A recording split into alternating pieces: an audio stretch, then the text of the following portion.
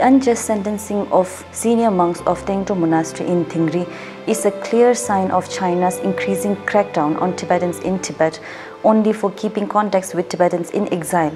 So far, China has always maintained a hard line for Tibetans in terms of showing reverence to His Holiness the Dalai Lama or even possessing his portrait. But now, Tibetans are jailed and given extremely harsh sentences for having contacts with those in exile.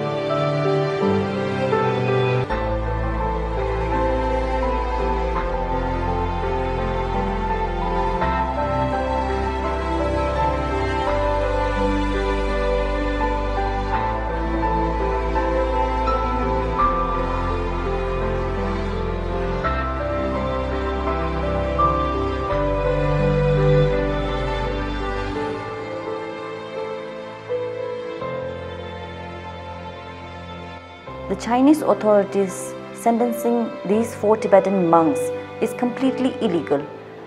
There is no way in the Chinese constitution or in China's law where it is written that providing monetary fund, in this case for earthquake relief, is a crime.